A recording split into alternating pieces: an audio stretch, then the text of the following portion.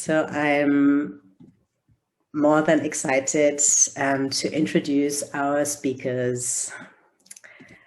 The person who will kick us off is Sunanda Mesquita, also known as Decolonial Killjoy, pronounced she, they.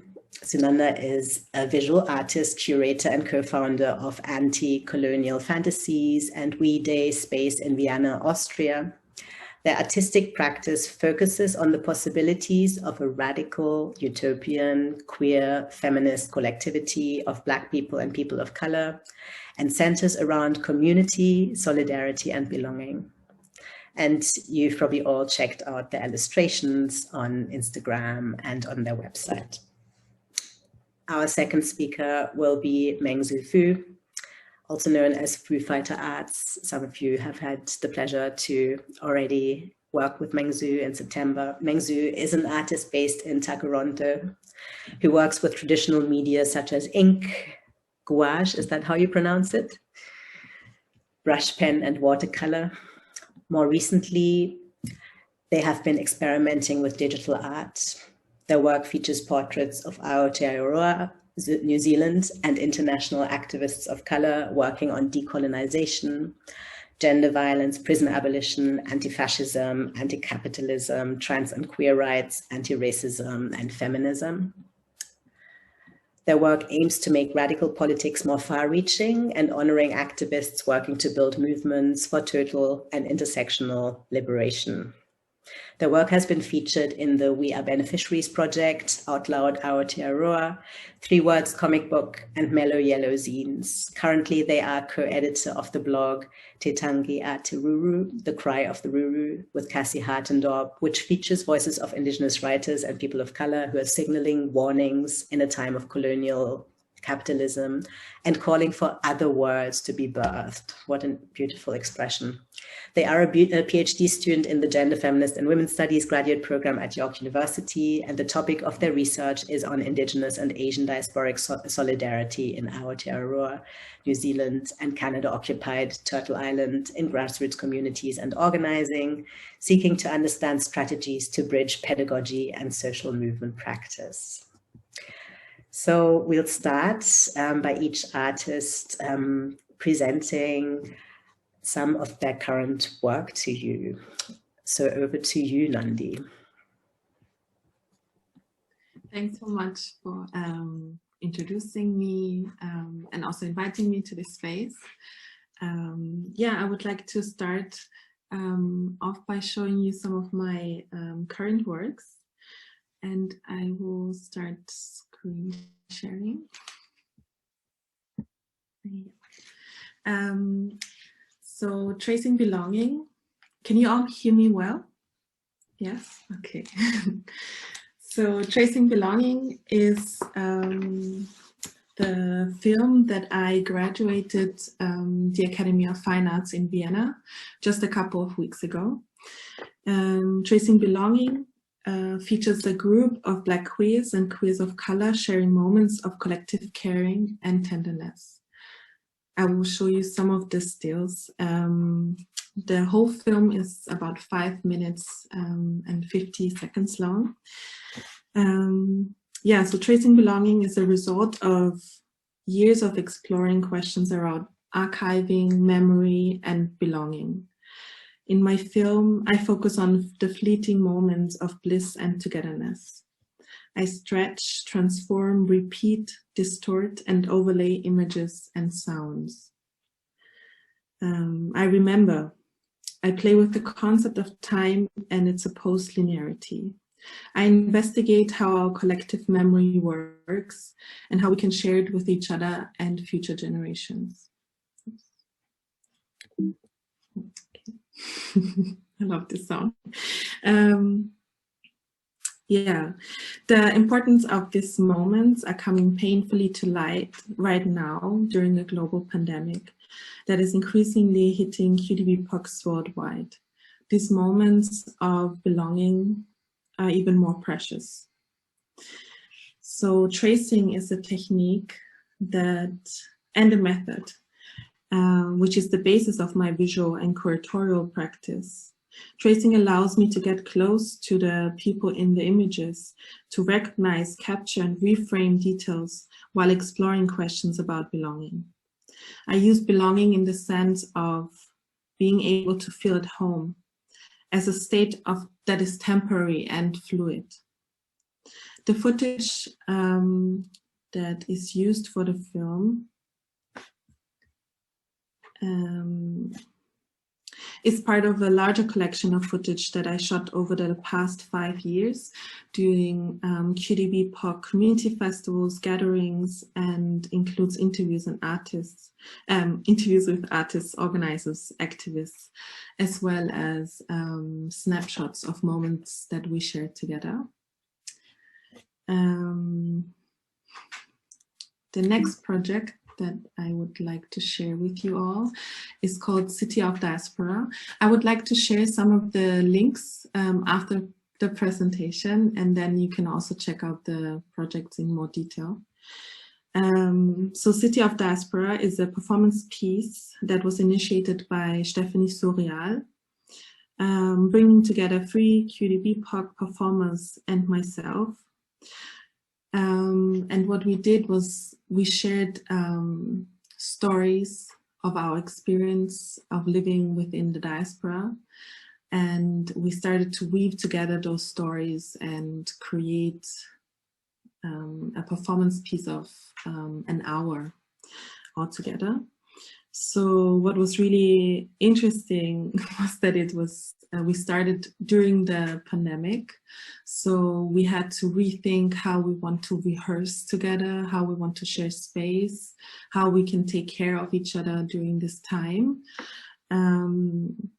and yeah, also to dream and envision this city that does not exist in the tangible way was very exciting. So yeah, we had to be quite flexible also with not knowing if we can even show the performance piece or not. So until I think the last week of the rehearsals, we were not sure if we actually have a premiere. And it was really stressful because we already were in the location, we had technical rehearsals, everything was done. And then the government decided that like the art scene is still kind of shut down since 1 year in Vienna. And they didn't make any moves towards negotiating under which circumstances it would be possible and things like this. And we couldn't, there was also this idea of making a film out of it and streaming it live, but then we would have lost all our performance fees, which is 1/3 of our income of this whole project. So the decision was made that everything is done, but it's on hold for 1 year. So yeah. That's also a new situation for me, basically, to revisit a project after a whole year. But yeah, so now the premiere is planned for February next year. The third project that I was involved in was the QDB-POC Fest, which was in November until December 2020. I don't know if maybe some of you know the festival. It's an annual Do It Together festival for and by Black queers and queers of color, which was pre-pandemic, organized in Berlin and one time in Copenhagen. So in December or November 2020, it was the first time that we took it online, and we had to rethink a lot, if not everything, about the structure, how we can make it more accessible, how we can basically also spread information and bring new people into our network. And I would say that it was quite successful. We had over 300 people present. We had over 40 sessions that were offered by QDB-POCs from all over the world in different time zones. We had weekly hangout sessions and parties, and it was a really important space to hold during this specific situation of us being distanced in so many ways. Yeah, and maybe we can also talk about this a bit later, like what it means to be together in different time zones and all of this. Like, I think it's really an interesting space to be collectively in. And last, I would like to talk about my Crush series that I first created in 2016. It was a way for me to connect to cuties basically outside of Vienna, because I was very isolated. I couldn't really leave my house, even back then. So I connected to organizers, artists, friends, people that I didn't know, through drawing them. And this year, or actually last year, I started to draw my friends with masks, with political messages. So the first one is Faris, who was also part of the performance piece City of Diaspora. The next person is Osanti, who is also a dear friend and fellow activist. And the last one I prepared for today is actually my Cribbling. And yeah, yeah, it was really like, thank you again for the invitation, because it gave me the chance to look through my calendar actually and see what I've been up to, because I always forget. Yeah, so thank you, Jin.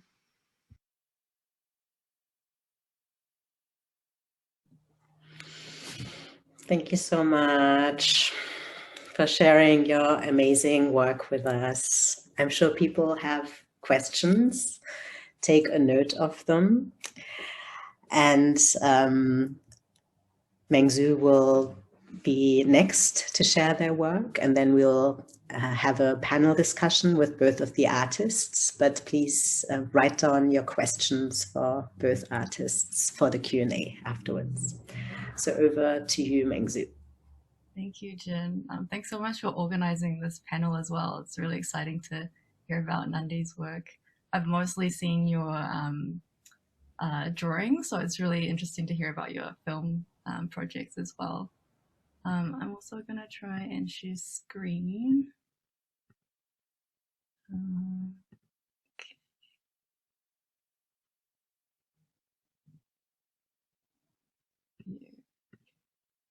So I think this comic might have already been sent out to everyone, but I wanted to talk a bit about the background behind it and the kind of context in which I drew it. So I did this around the beginnings of the pandemic, and at that time there was a lot of violence against East Asians, especially East Asian women who were wearing masks. I would be hearing reports about it happening around Toronto, around Vancouver. Even Indigenous women were also targeted and mistaken for being East Asian. And I kind of want to talk about this in the context of some of the research that I've been doing with Professor Haritaworn, so in relation to anti-East Asian racism and maskophobia. But I started drawing this when I was kind of feeling quite homesick, being in Toronto, and I was looking over old videos of my friends, and one of my friends, Kirsty, I had a short clip of her showing demonstrating how to put a mask on. This was like in 2018 or something. And so she is kind of the reference for this. You can see her kind of down there, how to put on a mask.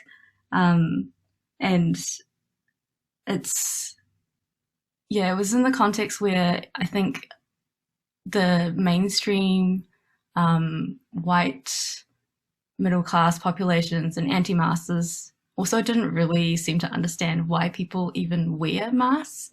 And it's not just one reason. There could be several different kinds of reasons. So I kind of wanted to show why people wear masks, like what it is, and the correct ways of wearing it. And I know some of you have probably walked around and seen people kind of wear a mask under their nose, and that's kind of defeats the purpose of even wearing it. But since then, just in doing the research, I've been seeing more and more discourses and themes around why people wear masks. And it's, especially in the context of COVID, it's not always just about protecting yourself. It's a form of care and solidarity and about protecting others, because we don't know if we have COVID when there is chances of spreading it when people are asymptomatic.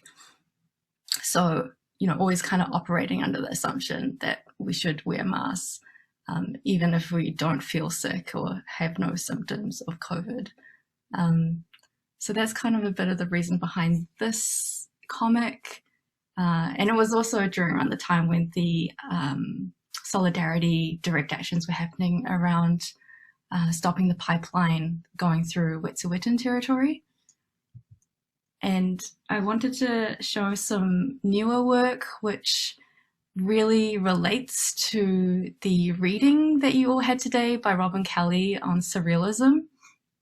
This was done earlier this year, where I think, being in quarantine for so long, for over a year now, it's been interesting what's been happening to my dreams and how often we kind of, how often I've remembered them and how vivid they've become. And the dreams that I've had have often been super vivid, and I've started kind of drawing them out and tell these kind of stories that I've had. And I think there is a lot of knowledge and theory that we can get from our dreams. And this was one of them, about the future being underwater and what human survival in the climate crisis could potentially look like. So yeah, and it was actually really validating reading Robin Kelley's work on surrealism, and yeah, and I guess how our unconscious or subconscious can inform our political ways of being and thinking as well. And this is some of the other work that I've previously done, which were portraits of activists. The one on the left is of my friend Ahi, who does a lot of advocacy around gender minorities and sex worker rights. And this is kind of a quote around refusing respectability politics, that all trans people deserve respect. And the one on the right, I really like showing because Tiano Tuiono, he is now an MP in the Green Party, and it's kind of bringing him back to his anti-capitalist and anarchist roots, where he says, capitalism wasn't born here, it grew out of a barrel of a gun, came from ship from England. So these are the kinds of art that I started doing in around 2015 to, I guess, highlight some of the local activism that was going on in Aotearoa when the internet space is often very dominated by US politics. Oh, and this is new work that I haven't released yet, and it's of your professor. And I have learned so much from Jin, so I really wanted to honor their knowledge and the intellectual labor that they put in and creating spaces, especially for queer and trans, Black, Indigenous people of color in academic spaces. And this is a quote from one of their latest articles on hashtag not going back. And it's also kind of about genealogies. Even this quote kind of pays tribute to the genealogies of concepts like pods and care collectives and bubbles, and how disabled queer people of colour have come up with those practices and concepts.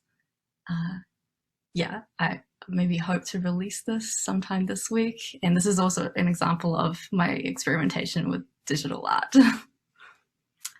That's the end of my presentation. Thank you all for listening. Feel free to ask any questions.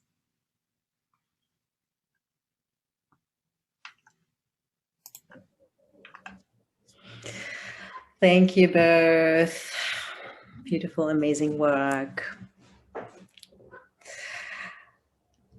Actually, should we open up to questions now before going into our panel? Is there anything that's fresh on your mind? Does anyone have a question now? Otherwise, you'll have another opportunity for coming in a bit.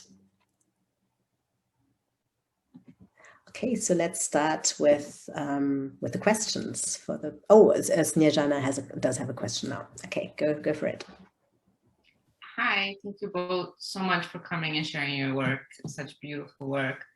I had a question. Maybe this is something you'll talk about later for Sunanda, about the tracing. You said it's a technique and a performance. I was really curious if you could speak more on that.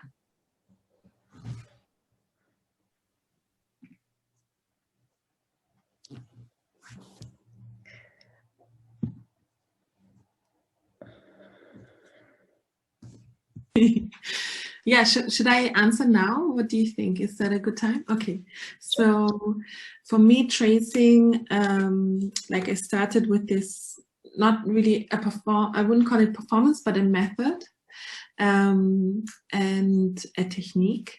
And I started it 2016. This is also how I got into illustrations. And I started to literally trace faces of my loved ones in a way to also connect, to feel closer to people that I was distanced by location in a way. And then it started to become like a way to voice thoughts, and yeah, I don't know, it really started to be my form of expression, and it became more than just tracing what I see or tracing what was there, but to also imagine and to create a new image from that. Yeah, I don't know if that makes sense. And with the film, it was also a way to trace moments that are not here any longer, or memories that I could I would try to hold on to, realizing that it's not possible. And this ephemerality of this moment, that I couldn't, like I could trace it, I could try to find ways to reconnect to it, to rewatch it, but I had to let it go in a way to actually be closer to it, if it makes sense. So the film for me was also a way to trace moments that have been, and also create new ones at the same time. And this was the first time I used film to also create this multiple layers. Yeah. Amazing, thank you. Are there any questions or comments right now? So we'll come back to you. Oh, there is one by Ruth. Yeah, I wasn't sure if now is the perfect time to ask or later. So maybe you want to answer later, I don't know. But for both of the artists, I was interested in your focus on drawing individual figures who are maybe activists or friends or community members. And I was wondering if you could speak a bit on why you chose to do this. And I suppose, Sunanda, you've already kind of touched on this, but how you are sort of spending a time with that person maybe as you're creating that art?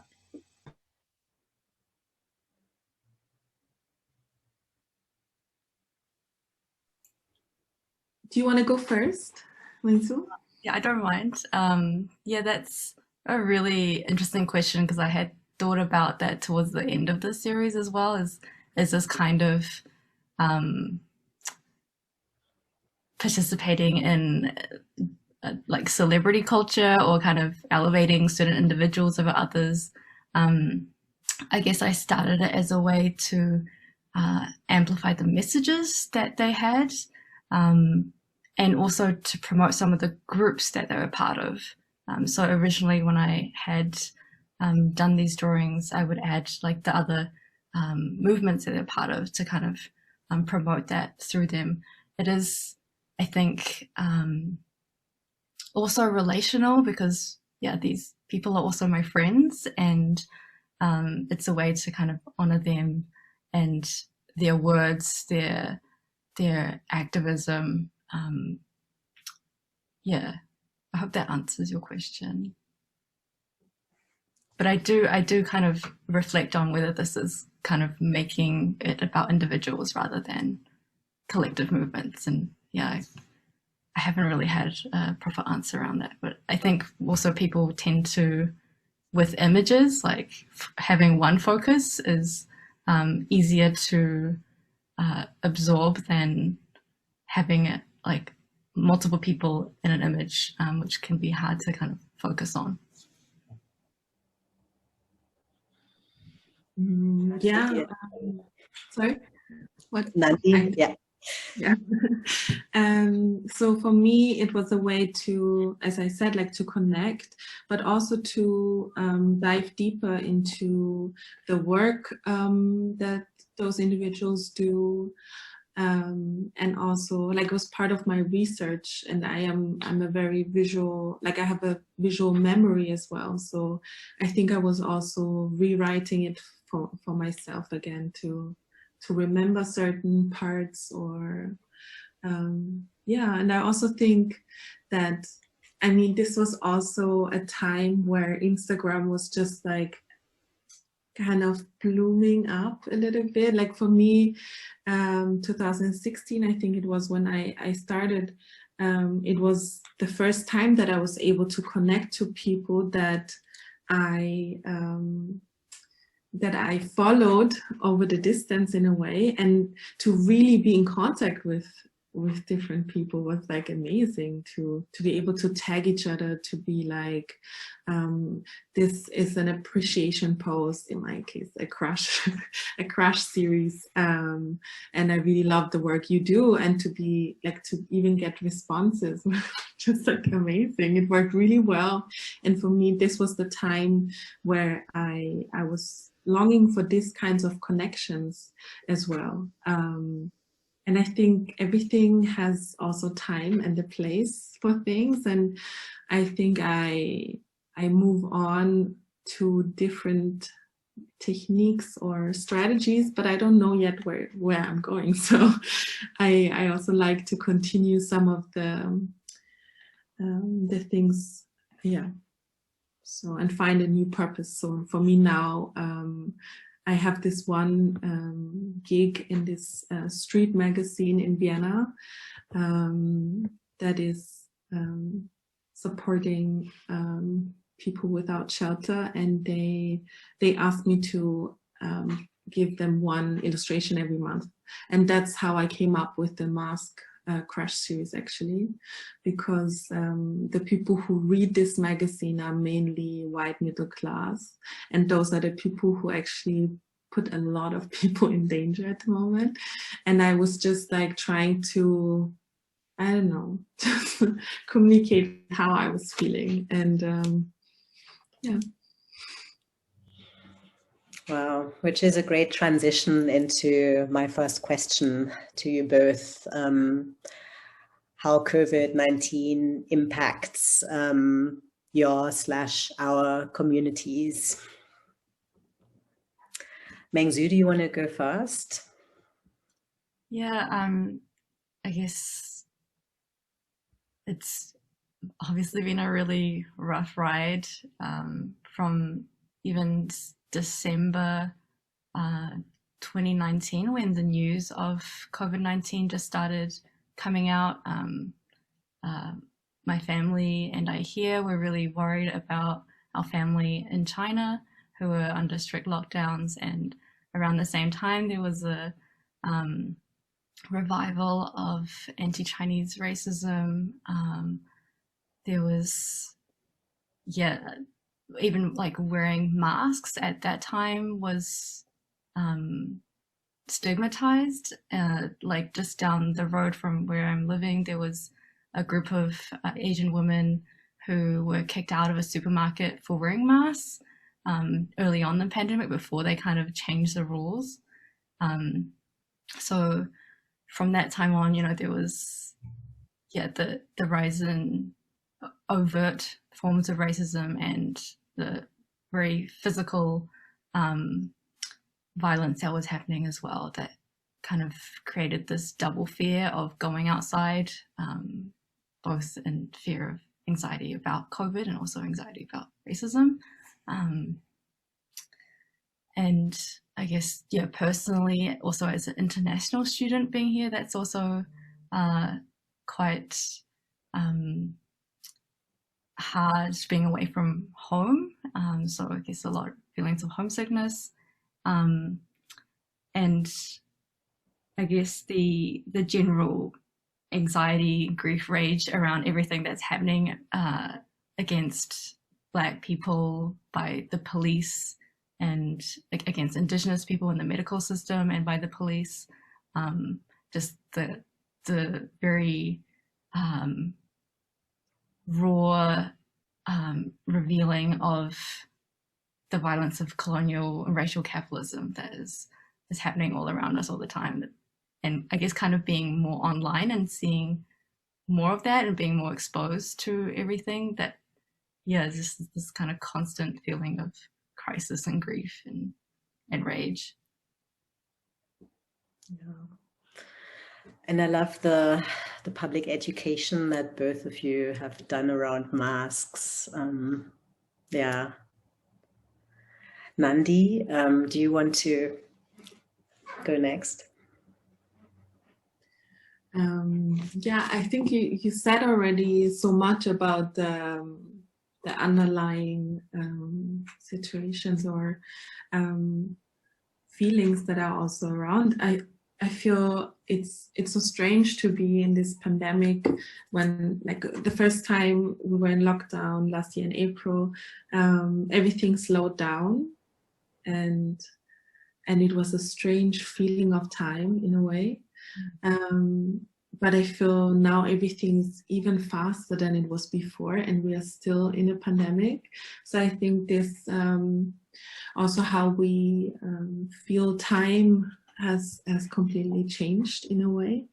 And for me, I can only speak to the communities that I feel most part of. For example, during the QDBPOC festival, I felt that it was really important that we create these different spaces. There were healing spaces, there were like movement spaces, there were spaces where we talked about the situation in different locations as well. But there were also times where we just hang out and we didn't talk about these things, or we had parties where we moved together even though we were so far apart. And I think this was also like a great impact on our communities, like how we dealt with this situation, and different experiences of this situation, and being together at the same time. We're like even in so many different time zones, and we try to make things work. And also I feel like it was the chance for so many people to be part of this festival that was before very inaccessible by location, because it was only in Berlin and Copenhagen, and not everyone was able to travel. the dates were always really late, so some people would have to would need more time to plan ahead, and all these things were kind of, yeah, it felt like we created in this complete different space and time. So yeah, I think this was also an impact on our communities, and I don't know yet how this will change or bring change in the future of how we organize also across and despite. Yeah, thank you for highlighting that learning around accessibility, and as a lot of disabled QT BIPOC have said, especially that everyone else is catching on with methods that have long been, innovated and demanded as well. And thank you for already jumping into, what are the strategies for safety and inclusion that have come out of our communities. But first, could you say a few words on the other side that we're trying to get away from? You've already highlighted, racist responses, and also capitalists, responses of kind of continuing as if nothing is happening as long as the markets can stay open, people can get sick and die if they want to, kind of thing. Could you say a little more about how you see the role of the state in creating safety from COVID-19? And Mengzu, do you want to go first again? Sure. I mean, the state has obviously been failing in creating safety, especially in Toronto. I think it's really interesting. I don't think I have to tell many of you who are living here about that kind of failure.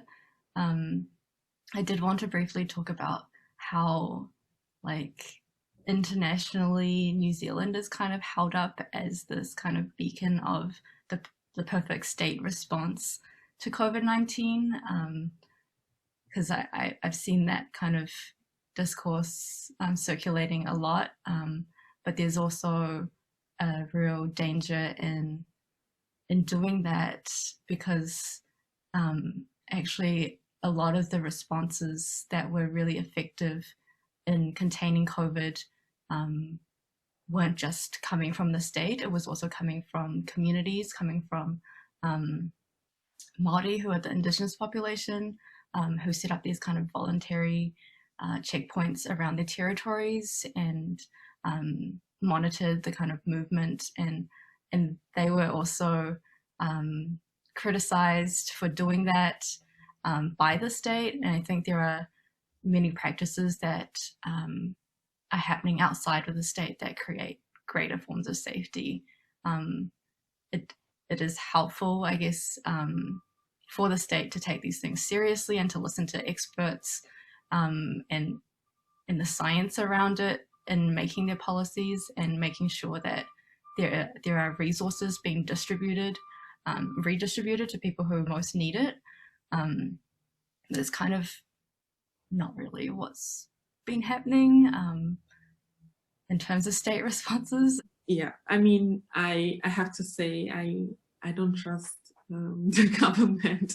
I didn't trust it before. I would not trust it after this. It's clear that they have different goals in mind than myself, or I mean, the greater society, really. If yeah, I have to say, I try to distance myself also from the Austrian news, and I get my information secondhand. So I have people who need to watch it and who need to know it. They decide for themselves that that's something they want to do, and then I get the filtered version from them, because yeah, I don't see why I should even listen to this bunch, basically. But I think also which is part of the question, the role of the state. For me, this would be the perfect moment to think about if we need states, if we need borders, if we need nations, if this is really how we want to build in the future. because this is really affecting us globally. And I think it's not a surprise that everyone is for themselves, and that Europe and I would say North America is in control of the vaccine and how they distribute it, and the whole apartheid that they create also in this moment. So yeah, I think unfortunately we are led by fascists, and all over the world actually at the moment. They are creating problems for all of us. And yes, for me, like, I'm not an expert on safety, but I think a lot of people are, it's really difficult, because I think people are aware that it's not working. They're aware that they should continue to work, but there's no play. And they realize something is weird, like, why is it safe for me to be in a factory, in an office, if I'm not an essential worker? Why do I have to be present at work? But at the same time, I cannot meet outside a group of friends. So I think the issue is that all this anger and fear is not directed in the way of, okay, how can we collectively create safety, and what does it mean? And that's what's a bit scary for me, I have to say, because in Austria, if you like oppose the restrictions of the government, because yes, you're supposed to go to work, or if you're in home office, you also have to take care of children at the same time. So it's like, it's not a solution, really. And at the same time, yeah, this would be the perfect moment to rethink all of it. But I don't see it's happening, because we don't have the time also. I mean, I'm like, the machinery it's going so fast. There is no time to pause and to create new futures. I think that's the very sad part of it. That's also really stressful to watch in a way. Yeah, it's interesting how there were a lot of horrified but also optimistic responses to the first wave, right? When a lot of folks were, this is the moment, right? And you know, Arundhati Roy's, you know, there's issues with her and her casteism, etc. But you know, her famous like speech on the pandemic portal, you know, and yeah, the third wave is such a different moment in a way, because yeah, because everything has gone back to normal, right? But it's a worse normal than before. And like you were saying, we don't have the time to vision. And I feel like a lot of us are so desperately trying to kind of understand the ever-changing measures and to kind of fit ourselves into it, and to kind of go with the hope that the vaccinations are offering, and kind of, you know, while also being an apartheid system, like you're saying. And in Germany, certainly race and class weren't even an issue in the prioritization, you know, program of the vaccination. So in Ontario, similarly, but, you know, at least Indigenous folks were prioritized. The postcodes came up pretty quickly, right? So here they're just debating having postcodes, you know, and like prioritizing poor neighborhoods. But they're doing it in this completely racist fashion, right? Where working class people and people of color are infectious bodies, you know, just like in your Mask comic, right? Are these infectious bodies that don't speak German, that don't follow the rules, that, you know, are like too reckless and too stupid, right? And putting everyone else at risk. So it's, you know, it kind of ties in with that same medical racism that leads to, you know, people of color never being a priority anyway, right? Like even before triage, right? Like people of color often avoid going to the doctor because there's medical racism. And like a lot of people that I've interviewed for my research project that Mengzu is also a part of on queer of color communities and COVID-19, say they'd kind of rather die alone than go to hospital almost, right? Like they'd do everything to avoid seeing a doctor. So yeah, thank you for starting to talk about that. And I've also been wondering, I mean, this would be such a perfect moment for transformative justice and abolition, right?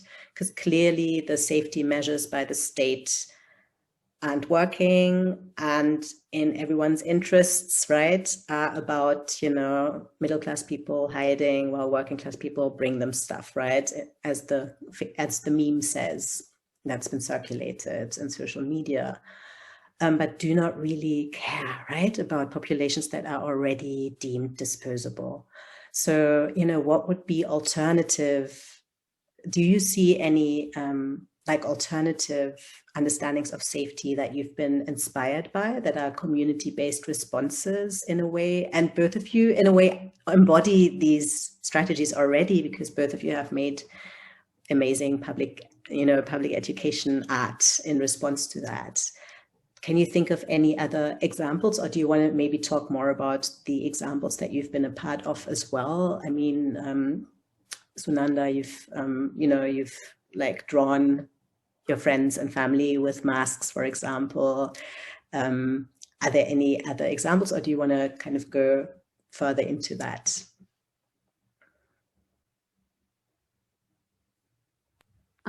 So in Austria at the moment, we have to use a specific mask, like the FFP2 mask.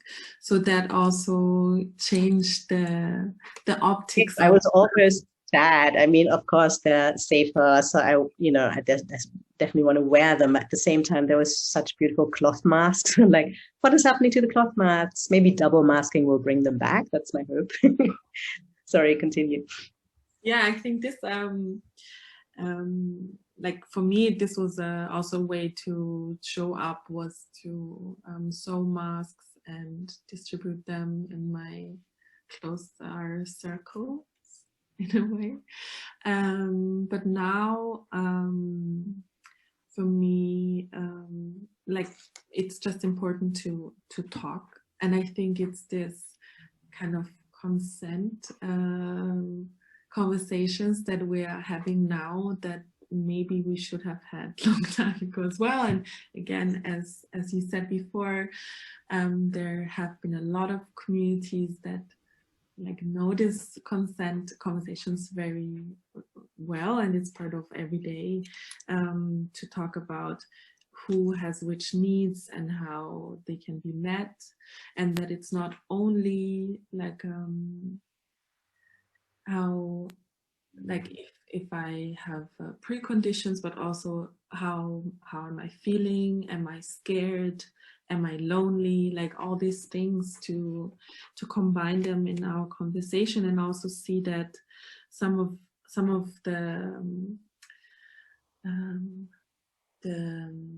rules we set for each other's interactions change over time. Some might feel like they should loosen up, or some feel like they should be even tighter now. I think it's a constant renegotiation process in a way.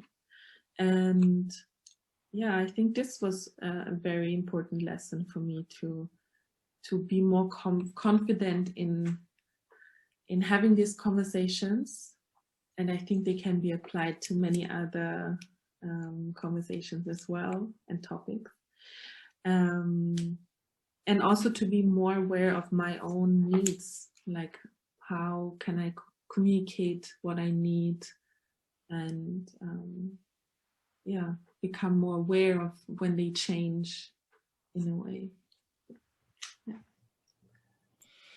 I really like that you brought up consent and like consent culture, because I think the pandemic has totally kind of changed the way we do that. And like, yeah, just the kind of questions you might have to ask someone before meeting up in person, like, you know, just make sure that you're going to be wearing masks, you're going to be social distancing, and, you know, where have you, like, who else have you visited? Like, what is your work situation?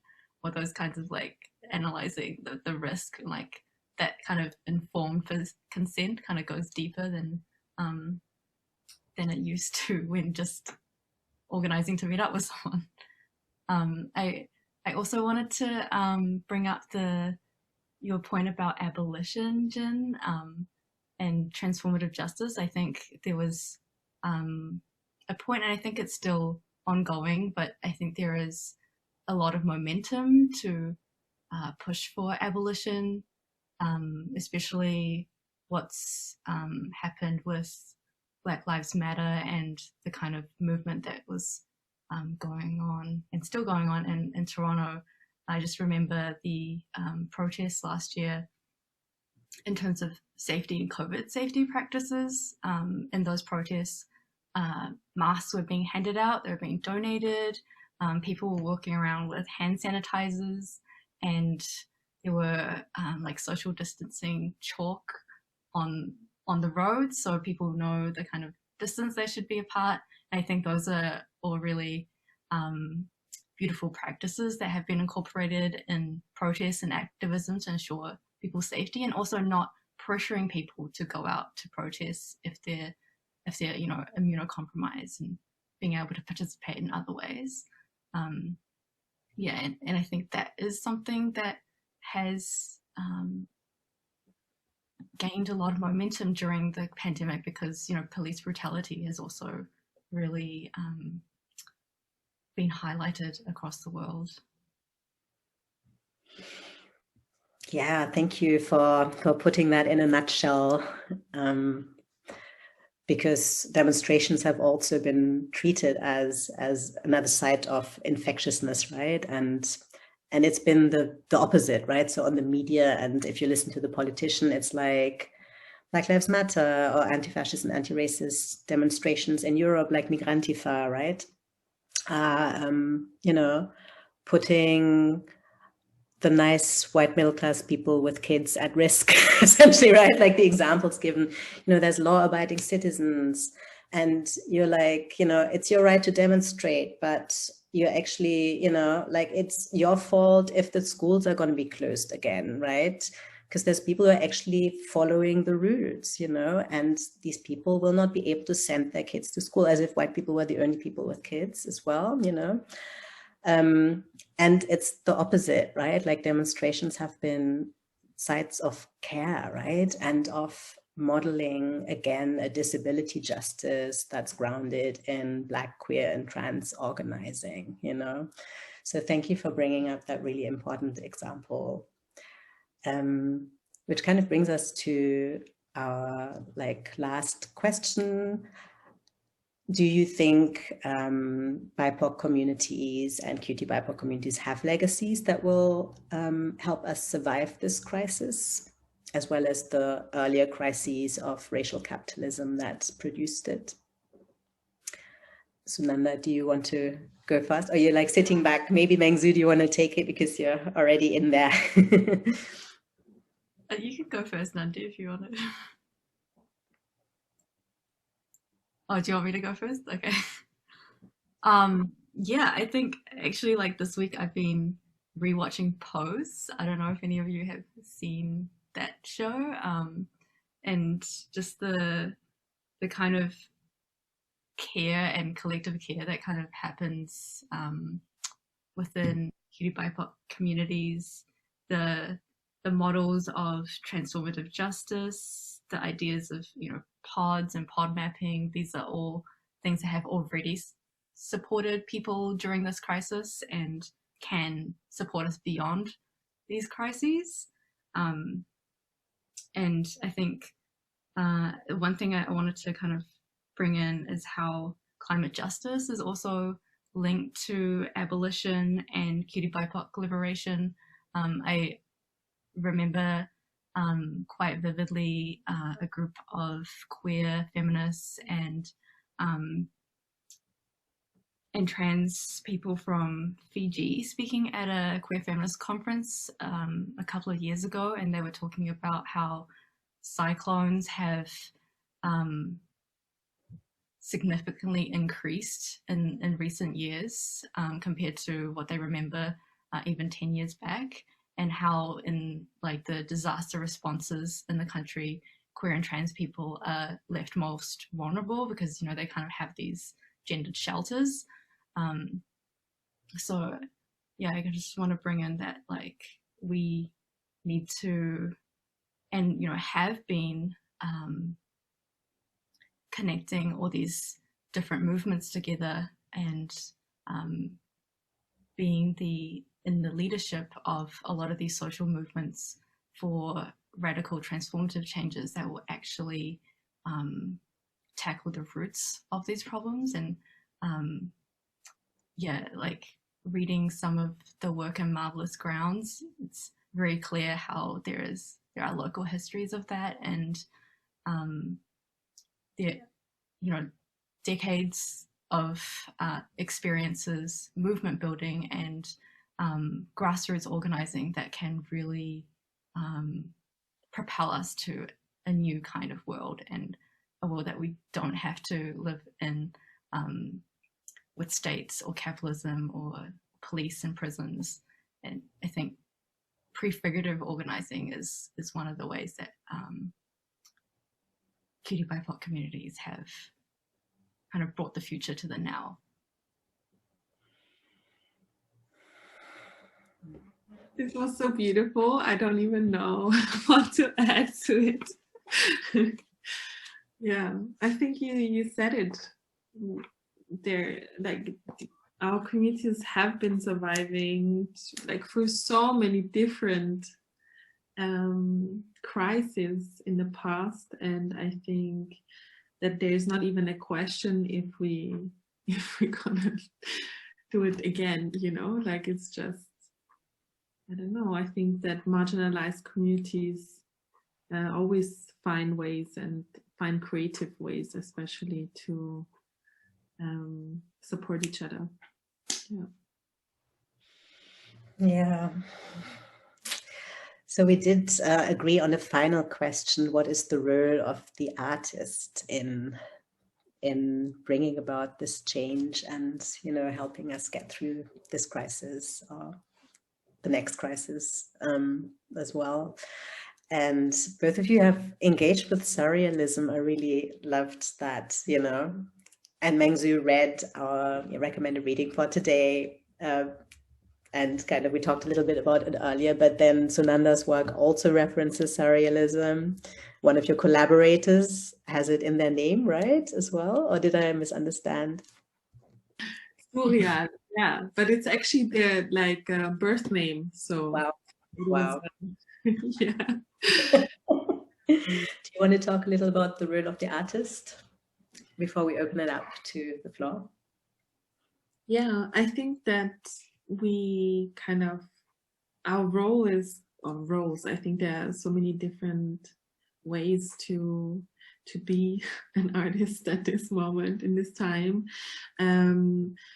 but to make aware, maybe to share thoughts, to share ways of looking at things, but also this role of translating, in a way, translating between different contexts, between different time spaces, and to also connect to each other. I think that's what art is also there for, to connect not only to what was before, if there is this linearity of time, what was before, what will come, and what is at this time. I think that's a very important power that lies in art and expression in this way. Yeah, I think this is memory and visioning. Yeah, thank you. Mengzu? Yeah, I agree with all of that, and always kind of go back to that quote by Toni Cade Bambara on the role of the artist is to make the revolution irresistible. And yeah, I see it as a form of communication and expanding of imagination. Wow, amazing. Thank you both so much for sharing your thoughts with us. So we have another 24 minutes before Sunanda has to leave. We had prepared a hands-on exercise doing art together, but I did want to give people a few minutes to ask questions. I know Debbie already wrote one in the chat, and I don't know if you want to unmute yourself or if you want me to read it out. Sure, I can read out my question in the chat. I wanted to ask Mingju whether do you have any comics or plan on doing any on the violence against Asian elderly? I haven't done any on the elderly, but that is a great idea, and I would definitely think about it. I have seen other people do that work, and like that particular kind of violence is like, I find that really hard to fathom, and while I was kind of doing research with Jin on this, was kind of one of the hardest things to confront. But I would definitely think about that if you think there's a space for more discussion and art around that topic. It's a great idea. Thank you. Kafia and Joe have their hands up. Kafia, do you want to go first? Thank you. Thank you both. Both of your work was spectacular and powerful, and it cultivated a lot of social change and resisted heteropatriarchy, neoliberalism, all of these things happening during times of crisis. But I guess my question is, as someone who does art, in times of crisis, what brings you joy and fuels your creativity? Because I've been feeling quite burnt out, and I would love to hear how you've been navigating through that.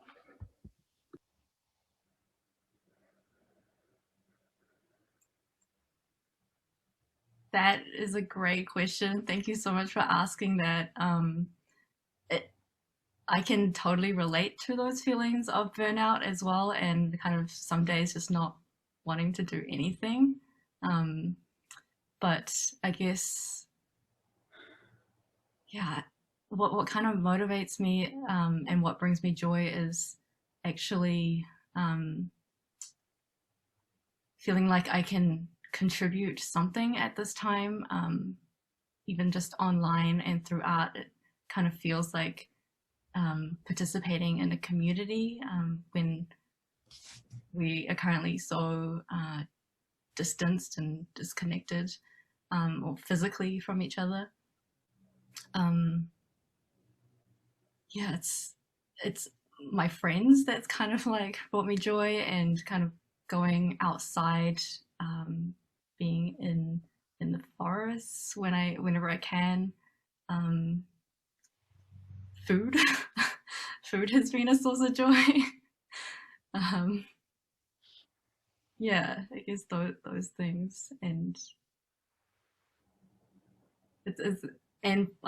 indoor gardening, I would say, is part of it too, kind of bringing the plants inside. Joe, do you want to ask your question? Yeah, sure. It might be quite similar to the last two that were asked, but I was wondering, like, in terms of people make art for so many reasons. People get, like, you could take aesthetic practices in different ways, but like, what kind of drove you to making it, to create art in community, or to create art as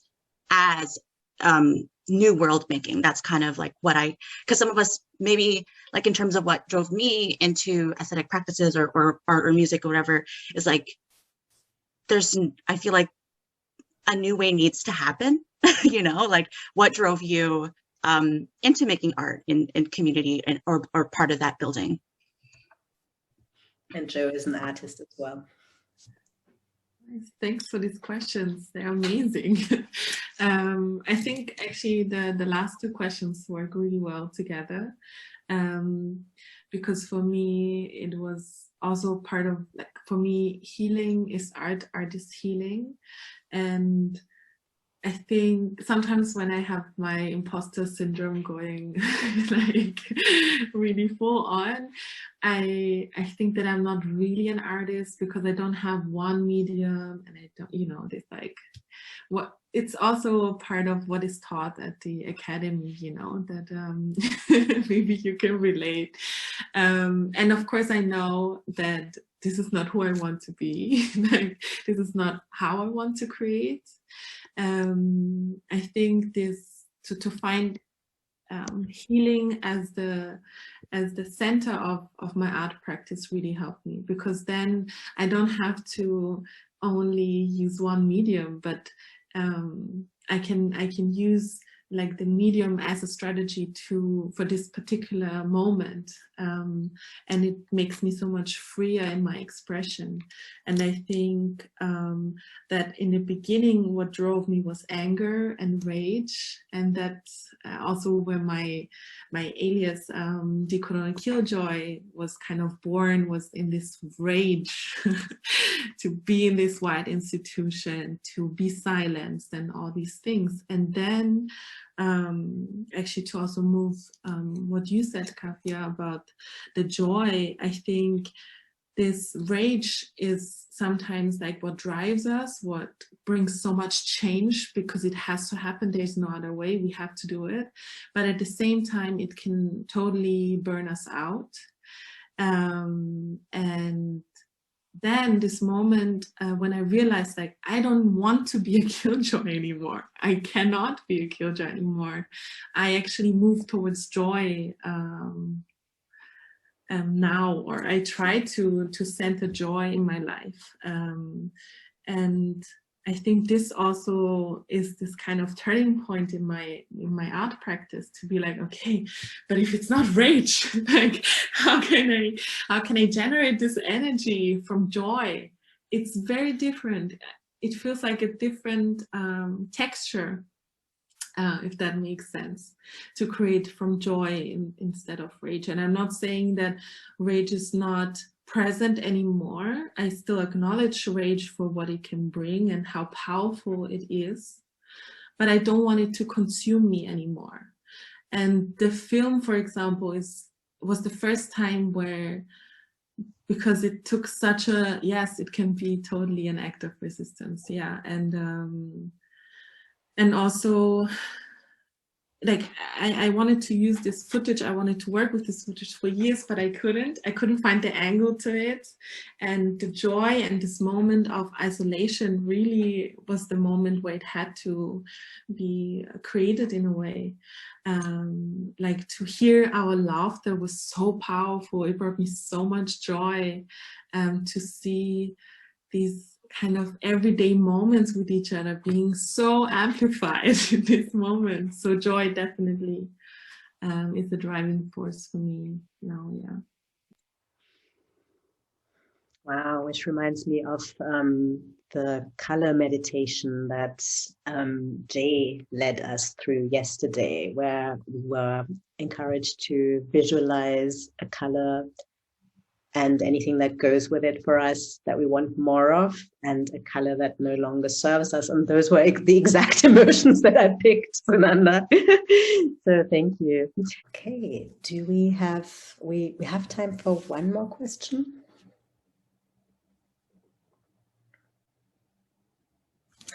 All right. So, okay, Jenny, a quick one.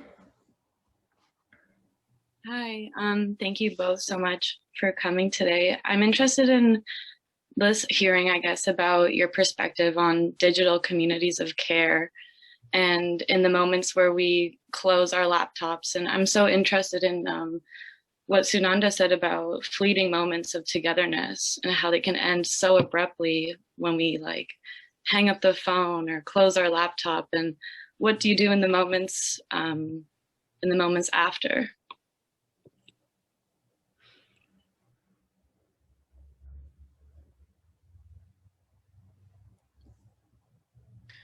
Sorry, I actually have to answer my door.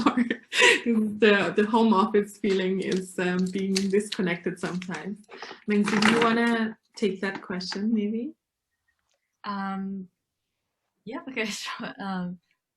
Yeah, the fleeting moments of connectedness is interesting, because I feel like sometimes, even though I've been here at home, I also haven't been here, like psychologically or mentally. When I've been in contact with my friends back in Aotearoa, for example, and they're in a different time zone, and the kind of connections we have is usually like right at the beginning of the day or right at the end of the day, and that it's interesting how that kind of structures your sense of place, and it kind of messes up like time as well, but it's been such an important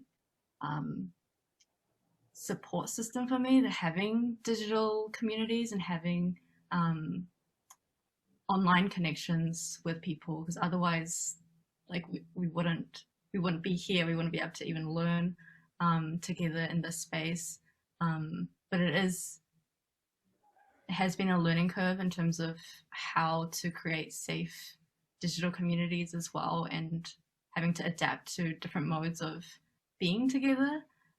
It's definitely not the same as being in person and, you know, sharing food together, but it is, at least it's something, and it's something that's kind of helped, yeah, at least me through these difficult times. Thank you so much, both of you and everyone, for engaging so deeply and vulnerably as well. Wow, I don't know what to say. So much to think about. Yeah, thank you. Let's give them a round of applause.